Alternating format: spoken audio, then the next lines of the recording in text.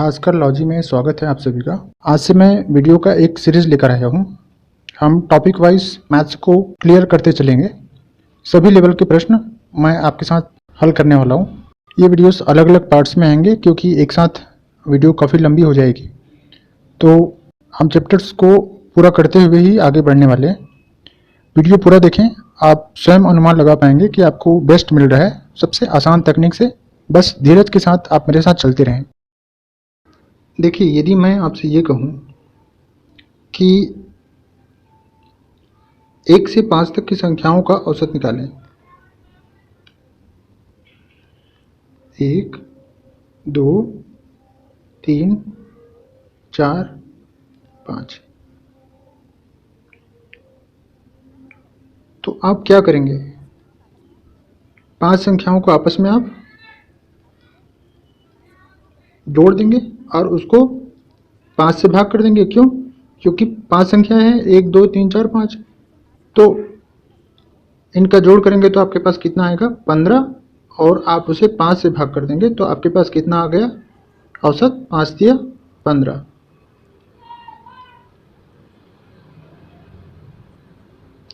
संख्याएं क्या है? 1, 2, 3, 4 और 5। एक तो ये तरीका हो गया आपका औसत निकालने का जो आपने अभी तक पढ़ा है। मैं आपसे ये कह रहा हूँ कि आप छोटी संख्याओं को जोड़ सकते हैं इस तरह से, लेकिन बहुत बड़ी बड़ी संख्याएं हों और बहुत सारी संख्याएं हों तो आप नहीं जोड़ सकते। तो उसके लिए आपको औसत का जो दूसरा गुणधर्म है उसको आपको समझना पड़ेगा।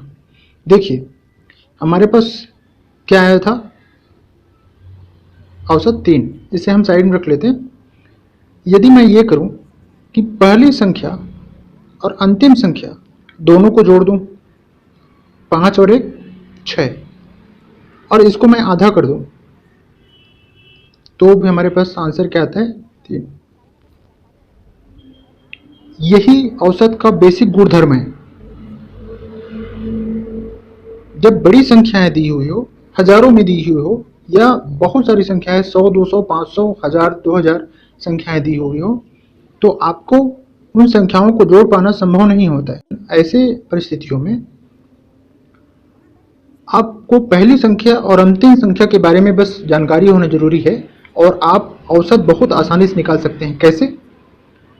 पहली संख्या और अंतिम संख्या दोनों को जोड़ दें और उसको आप आधा कर दें, या आप ऐसा भी कर सकते हैं, पहली संख्या का आधा कर दें, दूसरी और लास्ट संख्या का, अंतिम संख्या का भी आधा कर दें और दोनों को जोड़ दें, मतलब एक ही है।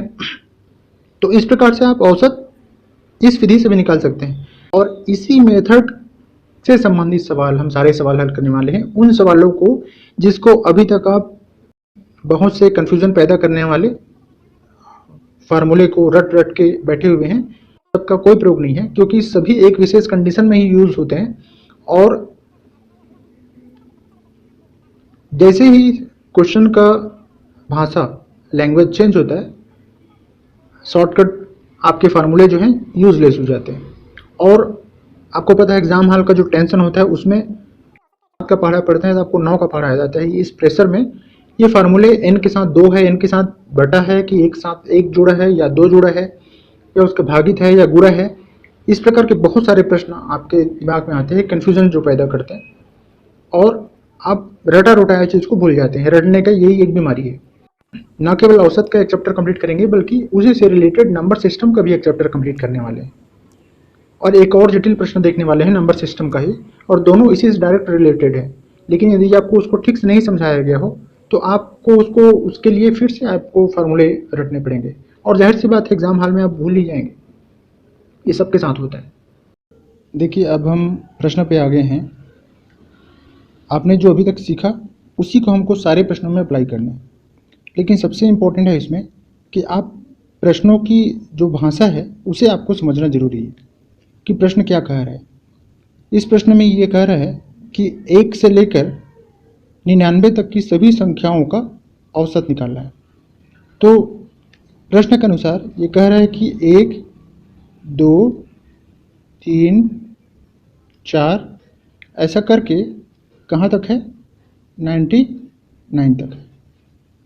जैसे कि मैंने आपको सिखाया हमें इन बीच वाले संख्याओं से कोई मतलब नहीं है।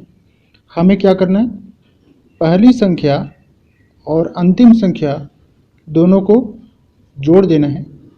जोड़ने पर हमारे पास संख्या क्या प्राप्त हुई, 100, और उस 100 को हमको आधा कर देना है। तो आपके पास उत्तर क्या मिला, 50। यही इस प्रश्न का उत्तर होगा। 1 से 99 तक की संख्याओं का जो औसत है वह 50 होगा। देखिए, आपको एकदम धीरे धीरे से तसल्ली से समझना है। मैं जो चीज़ समझाया हूँ उसे मैं हर क्वेश्चन में रिपीट करने वाला हूँ, तो आपको इसके लिए बिल्कुल हड़बड़ी नहीं करना है, बस मेरे साथ चलते जाना है। प्रश्नों की भाषा को आपको समझना है। यहाँ पर प्रश्न दिया गया है, प्रथम 40 प्राकृत संख्याओं का औसत क्या होगा। सबसे पहले तो हमें ये जानना पड़ेगा ना कि प्राकृत संख्याएं क्या है। तो प्राकृत संख्याएं वे सभी संख्याएं हैं जो गिनती में यूज होते हैं। मतलब जब हम किसी चीज़ का गिनती करते हैं तो जिन संख्याओं का इस्तेमाल करते हैं उसे हम प्राकृत संख्या कहते हैं। गिनती की शुरुआत कहाँ से करते हैं, 1 से। 1, 2, 3, 4 इस तरह से हम गिनती करते हैं। ये कहाँ तक हो सकती है, अनंत तक हो सकती है। तो इन्हें ही हम प्राकृत संख्या कहते हैं या प्राकृतिक संख्या कहते हैं। वे संख्याएं जो सामान्यतः गिनती में प्रयोग होती हैं उसे हम प्राकृत संख्याएं कहते हैं या प्राकृतिक संख्याएं कहते हैं। यदि संख्याओं का विशेष प्रकार न हो तो आप समझिए कि सभी प्राकृतिक संख्याएं हैं। तो प्रश्न के अनुसार ये कह रहा है कि प्रथम 40 प्राकृतिक संख्या, मतलब शुरू से शुरू होगा, कहाँ से, 1 से शुरू होगा, 2, 3, 4 इस तरह से बढ़ता जाएगा और कहाँ तक जाना है आपको, 40 तक जाना है। तो मैंने आपको बताया हुआ है कि आपको बीच वाली संख्याओं से कोई लेना देना नहीं है, ना ही आपको कोई फार्मूला यूज करना है। आपको क्या करना है, पहली संख्या को पकड़ना है, अंतिम संख्या को पकड़ना है, दोनों को जोड़ देना है। तो 40 और 1 हो जाता है 41। 41 को हमको क्या करना है, आधा कर देना है। तो जब आधा करेंगे तो हमारे पास कितना आएगा, 20.5। यह है आपका उत्तर, इन संख्याओं का औसत। अब आप इस प्रश्न में देखिए, ये कह रहा है सम संख्या, है ना। तो अब हमें ध्यान देना है सिर्फ सम संख्याओं पर। सबसे पहले जान लेते हैं सम संख्या क्या। मुझे लगता है बताने की आवश्यकता नहीं है, हर किसी को पता है कि सम संख्या मतलब जो 2 से भाग हो सके। और इसकी शुरुआत कहाँ से होती है, 2 से। 2, 4, 6, 8, 10, 12 इस तरह से संख्याएं चलती जाती हैं। इन सभी संख्याओं को हम सम संख्या कहते हैं। इन सभी संख्याओं में 2 का भाग जा सकता है। अब प्रश्न क्या कह रहा है, प्रथम 10 सम संख्या। जब हम संख्या लिखें तो हमें पता है कि प्रश्न के अनुसार जो सम संख्या है वह 10 होनी चाहिए संख्या में, है ना। प्रथम 10 सम संख्या। तो यदि हम प्रथम 10 संख्या लिखें तो 2, 4, 6, 8, 10, 12, 14, 16, 18 और 20। इसने कहा है प्रथम 10 संख्या। देखिए प्रथम 10 आ रहा है क्या, 1, 2, 3, 4, 5, 6, 7, 8, 9, 10। 10 संख्या बोला है तो हमने 10 संख्या लिख लिया। अब मैंने आपको समझाया कि हमें बाकी संख्याओं से कोई लेना देना नहीं है। हमें क्या करना है, हमें सिर्फ प्रथम संख्या और अंतिम संख्या को ही कंसीडर करना है। दोनों को क्या करना है, दोनों को जोड़ देना है और उसका आधा कर देना है। आप इसको अलग अलग भी आधा कर सकते हैं और आधा करके पहले जोड़ सकते हैं। 20 का आधा हो गया 10 और 2 का आधा हो गया 1। 20 का आधा हो गया 10, दोनों को जोड़ दीजिए, 10 और 1 11। ये आपका आंसर आ सकता है। या फिर जैसे कि मैंने आपको बताया फिर भी आंसर आएगा, 20 और 2 को जोड़िए हो गया 22 और उसको आधा कर दीजिए तो आ गया आपके पास 11। ठीक है ना। इसको मैं आपको एक बार और करता हूँ ताकि आपको चीज़ें क्लियर हो। मैंने आपको सिखाया कि सबसे पहले आप 10 सम संख्या लिखिए और पहली संख्या और अंतिम संख्या दोनों को जोड़ दें। तो संख्या कितना हो गई 22, उसको हम आधा कर दें। तो आधा करने से हमारे पास आंसर क्या आया 11। यही प्रथम 10 सम संख्याओं का औसत है। मैंने आपको ये भी बताया कि आप चाहें तो पहले से ही आधा कर लें। 20 का आधा 10 और 2 का आधा 1, 10 और 1 11। इस तरह से भी आप आंसर निकाल सकते हैं। आप एक चीज़ यहाँ पर ध्यान दीजिए कि प्रथम 10 संख्या बोला है तो अंतिम संख्या क्या आ रहा है 20। प्रथम 10 संख्या बोला तो संख्या क्या आ रहा है 20। इसका मतलब ये है कि जब भी कभी हमें 10 सम संख्या बोले तो हमें उसे अंतिम संख्या निकालने के लिए हमें 2 से गुणा करना है। और ये हम 2 से गुणा इसलिए कर रहे हैं क्योंकि जब हम नंबर सिस्टम लिखते हैं तो 1 2 3 4 5 इस तरह से। तो अब देखो सम संख्या जो है हमेशा 2 संख्याओं में 1 आता है, इसलिए हम 2 का गुणा कर रहे हैं। 10 संख्या चाहिए तो हमें कितना बढ़ना पड़ेगा 10 दूनी 20 तक जाएगा। उसी तरह से 20 संख्या चाहिए तो हमें 40 तक जाएगा, 40 संख्या चाहिए तो 80 तक जाएगा। इस प्रकार से वो डबल हो जाता है क्योंकि 2 संख्याओं में एक संख्या सम होता है और एक संख्या विषम होता है।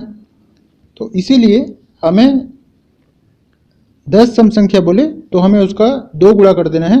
हमें ये सब लिखने की आवश्यकता ही नहीं है।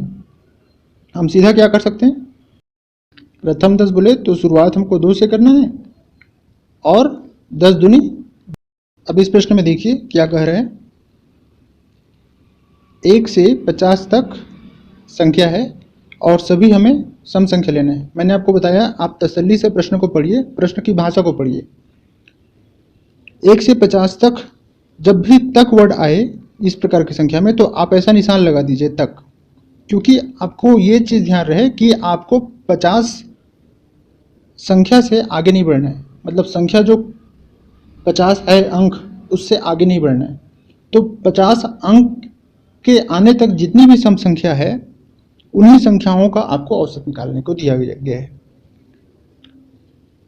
अब क्वेश्चन को थोड़ा ध्यान से पढ़िए। क्वेश्चन में बोला गया है सम संख्या, लेकिन शुरुआत कहाँ से बोला है 1 से। 1 तो सम संख्या नहीं होता, सम संख्या की शुरुआत होती है 2 से। तो हमें उस चीज़ को समझना है कि यहाँ पर हमें लिखना है 2 और इस तरह से ये संख्या बढ़ती जाएगी। कहाँ तक जाएगी 50 तक। मैंने कहा 50 तक बोले तो आपको लाइन लगा देना है। आपको ये ध्यान रहे कि हमें 50 अंक से आगे नहीं बढ़ना है। 50 अंक से पहले जितनी भी सम संख्याएं आए उन्हीं को हमको जोड़कर उसका औसत निकालना है। लेकिन जैसे कि मैं आपको बता ही रहा हूँ कि आपको जोड़ने की आवश्यकता नहीं है। आपको करना क्या है, पहली संख्या और अंतिम संख्या दोनों को जोड़ देना है और उसका आधा कर देना है।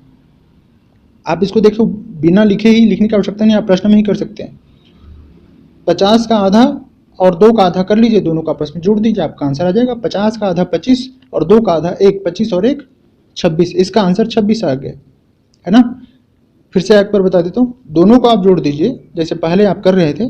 50 और 2 हो गया 52 और उसको हम 2 भाग कर दिए, मतलब आधा कर दिए, तो ये हो जाएगा आपका आंसर 26। आपको 2 चीज़ें बताई। पहले भाग में मैंने बताया कि प्रथम 10 सम संख्या बोले तो आपको 10 सम संख्या लिखना है। तो उसके लिए आपको अंतिम संख्या निकालने के लिए जो संख्या दिया रहेगा उसको 2 से गुणा करना है। 2 का गुणा भी क्यों करना है मैंने आपको बताया।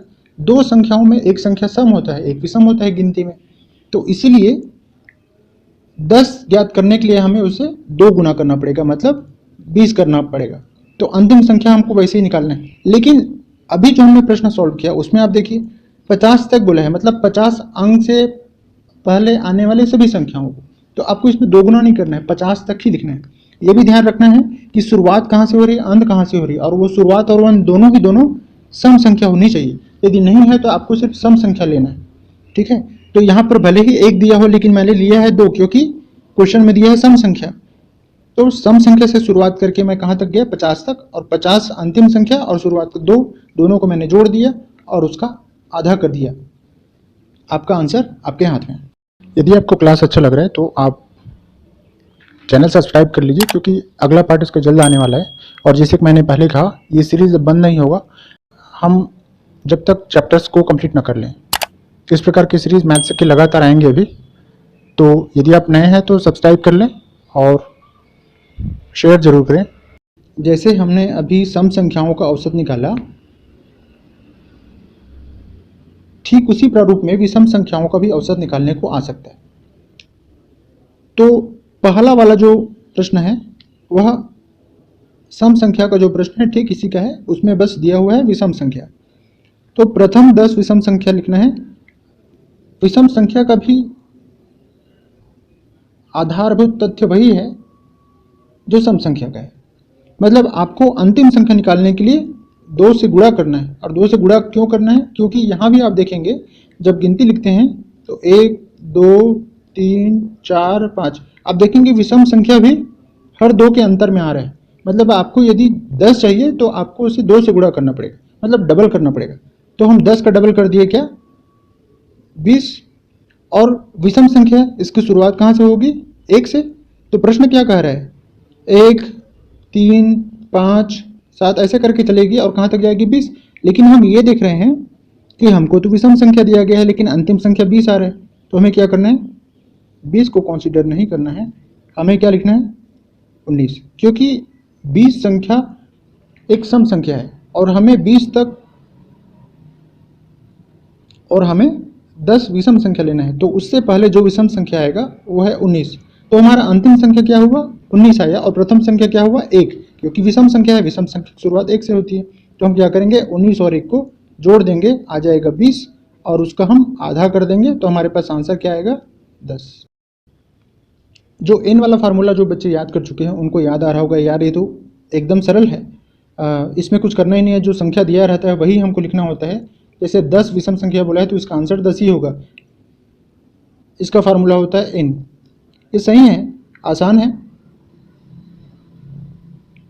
लेकिन मैं चाहूँगा कि आप इसी तरह से बेसिक फैक्ट से ही याद करें, आपके पास एक ही चीज़ हो। और दूसरी बात यह है कि प्रश्न में थोड़ा भी घुमाव आता है तो आप फार्मूले में घूम जाएंगे। इससे बेहतर है कि बेसिक चीज़ों से कंप्लीट करें और इसका लाभ आपको आगे मिलने वाला है, आगे आने वाले सवालों में।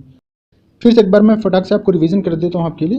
प्रथम 10 विषम संख्याओं का औसत निकालना हो आपको, तो आपको क्या करना है? प्रथम संख्या लिखना है 1, क्योंकि विषम संख्या बोला है तो विषम संख्या की शुरुआत 1 से होती है। प्रथम संख्या मिला। अंतिम संख्या हमको पता है कि हमें 2 का गुणा करना होता है अंतिम संख्या निकालने के लिए। तो 10 विषम संख्या बोला है तो 10 दूनी 20। लेकिन हमको ये भी ध्यान रखना है कि प्रश्न में बोला है विषम, लेकिन 20 है सम संख्या, तो हमें 20 को कंसीडर नहीं करना है। उससे पहले जो विषम संख्या है हमें उसे कंसीडर करना है। वो विषम संख्या क्या है? विषम संख्या क्या है? 19। तो हमें 19 और 1 को जोड़ना है और उसको हमको जोड़ के आधा कर देना है, हमारे पास आंसर आ जाएगा 10। नेक्स्ट में देखते हैं, ठीक जैसे सम में देखा था वैसे यहाँ भी बोला गया है 100 तक। मैंने कहा जब भी आप तक देखें आप ऐसा निशान लगा लें, आपको याद रहेगा, आप कंफ्यूज नहीं होंगे कि आपको आगे करना है कि नहीं करना है। 100 अंक से आगे नहीं बढ़ना है आपको प्रश्न के अनुसार से। और विषम संख्या दिया है तो 1 से शुरू किया है तो कोई समस्या नहीं है। 1 से हमें शुरू करना है, 1 3 5 7 ऐसे करके आपको कहाँ तक जाना है? 100 तक जाना है।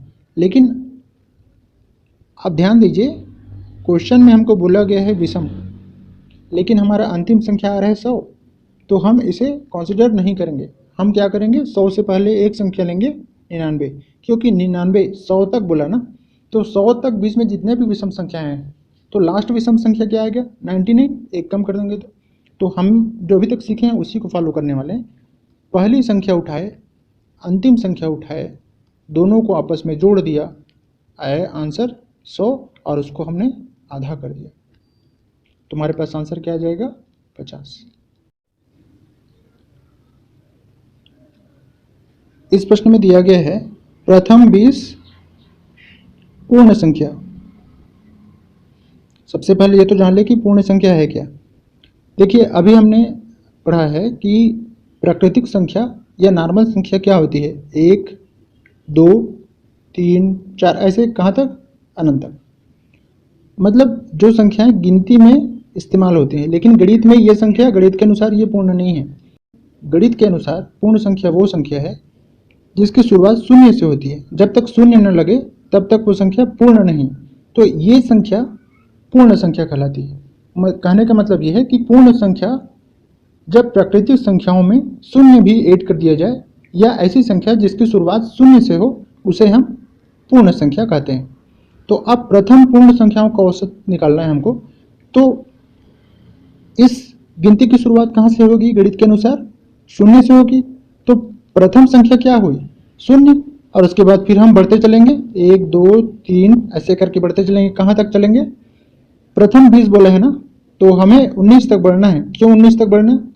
क्योंकि एक संख्या तो शून्य स्वयं में हो गई, तो यदि हम 20 लिख देते हैं तो वो संख्या 21 हो जाएगी, क्योंकि शून्य को भी जोड़ना पड़ेगा। 1 से लेकर 19 तक संख्या 19 हुई और एक संख्या शून्य हो गई। तो हमें यही चीज बस ध्यान रखना है इस प्रकार के प्रश्नों में कि प्रश्न क्या कह रहा है और हमको वो अंक संख्या लिखना आना चाहिए। उसके बाद तो बाकी सरल है। तो प्रश्न क्या कह रहे हैं? प्रश्न के अनुसार से हमें 20 पूर्ण संख्या लेना है, इसकी शुरुआत शून्य से करनी है और हमें बीच की संख्याओं को लेना देना नहीं है। तो अंतिम संख्या क्या है इसका? 19 है ना। तो पहली संख्या 19 क्यों है मैंने आपको समझा दी। तो पहली संख्या और अंतिम संख्या दोनों को जोड़ देना है। 19 में शून्य जोड़ेंगे तो कोई फर्क नहीं पड़ता, तो आएगा हमारे पास 19 और 19 को हमको क्या करना है? आधा कर देना है। तो संख्या हमको मिल जाएगा, ये आपका आंसर है। देखिए इसी में जो दूसरा प्रारूप है वो भी आ सकता है, मैं आपको बता देता हूँ। यदि पूर्ण संख्या वाले इस प्रश्न में तक वाला यदि ये कह दे कि 20 तक पूर्ण संख्याओं का औसत क्या होगा, तो हमें वही करना है।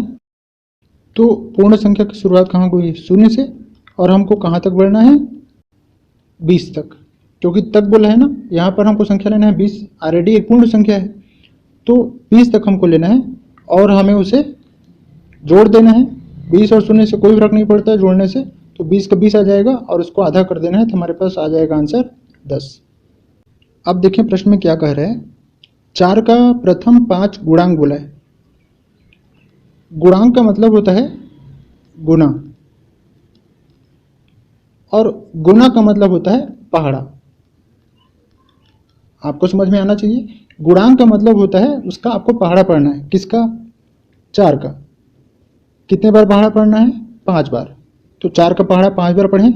4 एकम 4, 4 दूनी 8, 4 तिया 12, 4 चौक 16, 4 पंजे 20। 4 के प्रथम 5 गुणांक, इसका मतलब है 4 का पहाड़ा पढ़ना है कितनी बार? 5 बार। मतलब यदि 4 को 5 बार गुणा करें तो उसका जो एक क्रम बनेगा संख्याओं का, हमें उन संख्याओं का औसत निकालना है। तो पहली संख्या हमको मिला 4 और अंतिम संख्या हमको मिला 20। इन दोनों को आपको जोड़ देना है, 20 और 4 24, उसको आधा कर देना है, तो आंसर आ जाएगा आपके पास 12। जैसे कि मैंने आपको बताया, जो सरल आसान प्रश्न है, जो आसानी से जिसको आप आधा कर सकते हैं, उसको पहले से ही आधा कर लें और जोड़ दें आपस में। कैसे? 20 का आधा 10 और 4 का आधा 2, 10 और 2 12। आपके पास आंसर आ जाएगा 4 के प्रथम 5 गुणांक। याद रखिए गुणांक का मतलब होता है आपको सीधा से सीधा पहाड़ा पढ़ना है। कितनी बार पहाड़ा पढ़ना है वो दिया रहेगा कि 5 गुणांक, 6 गुणांक, 7 गुणांक, 8 गुणांक, उतनी बार आपको पहाड़ा पढ़ना है। जो संख्या दिया रहेगा उसका, जैसे 4 का बोला है तो 4 का पहाड़ा आपको पढ़ना है, 5 दिया रहेगा तो 5 का पहाड़ा पढ़ना है। तो हम यहाँ पर भी वही काम किए, 4 का पहाड़ा हम 5 बार पढ़े और उन संख्याओं की में से प्रथम संख्या और अंतिम संख्या दोनों को जोड़ दिए और दोनों को जोड़ने के बाद उसका आधा कर दिए, हमको आंसर मिल गया। इस प्रश्न में आप देखिए, इसमें बोला गया है 1 से नहीं बोला है, ना ही प्रथम बोला है, यहाँ पर कहीं से भी शुरू हो गया है। कहाँ से? 11 से। तो 11 से 21, 31 ऐसे करके कहाँ तक गया है? 91 तक। और कहता है इन सभी संख्याओं का आपको औसत निकालना है। देखिए जब भी कभी इस प्रकार का प्रश्न आए जिसमें अंकों की संख्या के बीच का अंतर बराबर हो, अभी तक आपने जितने भी प्रश्न देखे हैं और जितने भी प्रश्न अभी तक हमने सॉल्व किया है उसमें आप सब में देखेंगे कि सब में संख्याओं के बीच का अंतर इक्वल है। चाहे सम संख्या हो चाहे विषम संख्या हो, सम और विषम संख्या में 2-2 का अंतर है और पूर्ण संख्या में एक एक का अंतर है, प्राकृत संख्या में एक एक का अंतर रहा। तो सभी संख्याओं में बराबर का अंतर रहा, दो संख्याओं के बीच में अंतर बराबर रहा। इन सभी प्रकार की जो श्रेणी बनती है उसे हम कहते हैं समानांतर श्रेणी। ये भी एक समानांतर श्रेणी है।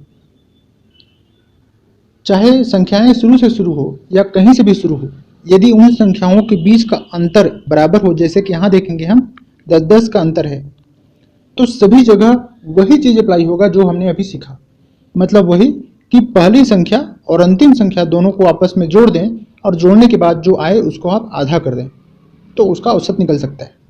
तो हम 91 और 11 को जोड़ेंगे तो हमारे पास क्या आ जाएगा,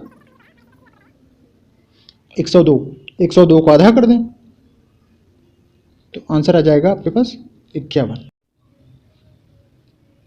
देखिए, यदि आपने औसत वाला ये क्लास अच्छे से किया है तो उसी से संबंधित एक पार्ट है जो कि नंबर सिस्टम का पार्ट है, उसमें से क्वेश्चन आता है। उस वक्त क्या होता है कि आपको एक अलग फार्मूला दे दिया जाता है। जितने आपको फार्मूला मैंने शुरू में दिखाया था 10-15, उतने ही फार्मूला और आपके लिए जनरेट कर दी जाती है और ये नहीं बताया जाता है कि वो फार्मूला आया कहाँ से, आपको बस रटने को बोला जाता है। और इस प्रकार की जो भी संख्याएं आती है, प्रश्न आता है, तो आपको फिर से वो फार्मूले याद करने पड़ते हैं, रटने पड़ते हैं। तो मैं आपको, चूँकि ये डायरेक्ट उसी से संबंधित है, तो मैं आपको इसी के साथ ही नंबर सिस्टम का ये वाला भाग है वो कंप्लीट करा देता हूँ। आपके लिए समझना बहुत आसान होगा। अब जो आपने शुरू में फार्मूला याद किया था, जो राशियों का योग बटे राशियों की संख्या या संख्याओं की संख्या और कुल संख्या वाला जो फार्मूला है जो आपने याद किया हुआ है, उसका हम प्रयोग करेंगे और इस प्रकार की संख्याओं के योग से संबंधित जो भी प्रश्न हैं जो नंबर सिस्टम है उसको हम सॉल्व करने की कोशिश करेंगे। मैं सभी को नहीं करूँगा, मैं सिर्फ 2 प्रश्नों को करूँगा। अभी तक हम क्या कर रहे थे, औसत निकाल रहे थे, लेकिन प्रश्न में अब क्या दे रहे हैं कि अब उन संख्याओं का योग निकालना है। जैसे कि एक प्रश्न है, इसमें बोला गया है कि प्रथम 10 सम संख्याओं का योग निकालना है। मतलब 2, 4, 6, 8 ऐसे करके कहाँ तक जाएंगे आप, 20 तक जाएंगे। 10 सम संख्या लिखें और सबको आपस में जोड़ना है। तो जोड़ तो नहीं सकते, नहीं, यहाँ पर छोटा है जोड़ भी सकते हैं, लेकिन यदि संख्याएं बहुत बड़ी हों, यहाँ पर संख्याएं छोटा है तो आप जोड़ भी सकते हैं, लेकिन संख्याएं जब बहुत बड़ी हो तो आपके लिए जोड़ना बहुत मुश्किल होगा। तो अब वही चीज़ें फॉलो करें जो मैंने आपको सिखाया। सबसे पहले उसका औसत निकालें। औसत निकालने का तरीका हमने सीखा, औसत 11। अब आप फार्मूला देखिए, वो जो आपने शुरू में याद किया हुआ है। यहाँ पर 1, 2 और 3, इन तीनों में से कोई भी 2 दे तो तीसरा आप पक्षांतर करके निकाल सकते हैं। पक्षांतर करना आपको आता ही होगा। यहाँ पर औसत हमको पता चल गया है 11, हमको निकालना है योग जो कि नहीं दिया है, और संख्या हमको पता चल गया है। कितनी संख्याएं हैं, 10 संख्याएं हैं। अब हमको योग निकालना है तो हम 10 को इधर पक्षांतर कर देंगे, इधर भाग में है तो इधर जाके क्या हो जाएगा, गुणा। तो 11 गुणा 10 बराबर योग, तो कितना आ जाएगा, 110। यही आपका आंसर होगा। तो योग भी आप निकाल सकते हैं इस फार्मूले का प्रयोग करके, लेकिन सबसे पहला स्टेप आपको करना है, पहले औसत निकालना है, उसके बाद फिर उसका योग निकालना है। अब देखते हैं, इस प्रश्न को सॉल्व कर लेते हैं। 4 के प्रथम 5 गुणांक बोला है, तो सबसे पहला स्टेप आपको करना है, जब योग निकालना हो तो सबसे पहले आपको निकालना है औसत। औसत अभी हमने निकाला था, इसका औसत आया था 12, तो हम औसत की जगह लिखेंगे 12 और योग हमको निकालना है। संख्या कितना था, 5 गुणांक था, 5 गुणांक है तो 5 संख्या है। तो योग निकालने के लिए हम योग निकालना हो हमें, तो हम क्या करेंगे, 5 इधर जाके, जब इधर भागित है तो उधर जाके क्या हो जाएगा, उधर जाके हो जाएगा गुणा, तो आ जाएगा 12 पंचे 60। तो उन संख्याओं का योग 60 आएगा। आपको इस तरह से औसत के फार्मूले को इस्तेमाल करते हुए आपको योग वाले प्रश्न को सॉल्व करना है। सबसे पहले आपको औसत निकालना है और जितनी भी संख्या है उसके साथ उसको गुणा करना है पक्षांतर करके, आपको योग निकल जाएगा। देखिए, नंबर सिस्टम में एक इसी से संबंधित एक और प्रकार का सवाल है और यदि आप ना औसत को ठीक से नहीं पढ़े हैं तो ये वाला सवाल आपको क्या है, कठिन लगने लगेगा।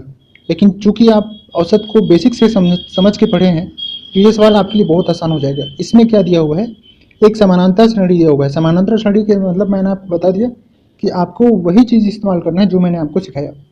संख्याओं का योग दिया हुआ है और औसत दिया हुआ है, तो आप फार्मूला जान रहे हैं। यदि योग दिया हो और औसत दिया हो तो आप संख्याएं निकाल ही सकते हैं। वही चीज़ तो पूछा गया है, बताएं कि कुल कितनी संख्या है। तो करने के लिए आपको बस उसी फार्मूले में मान रखना है और पक्षांतर करके आंसर निकाल लेना है। जैसे हम इसका देखें, औसत की जगह में हम लिखें 25.5 औसत दिया हुआ है, योग दिया हुआ है 1275 और हमें संख्या निकालना है। तो आप क्या करेंगे, संख्या निकालना है तो संख्या को इधर पक्षांतर कर दें, 25.5 इधर आ जाएगा तो हो जाएगा 1275 बटे 25.5। जब दशमलव हटाएंगे तो एक शून्य इधर आ जाएगा। पहले इसे 5 से कटा लें, उसके बाद 3 से कटा लें, उसके बाद 17 से। तो आंसर आप कटा के देख लीजिएगा, इसका आंसर आएगा 50। मतलब जो संख्या है वह संख्या 50 होगी, तभी उसका योग जो है 1275 और औसत 25.5 होगी।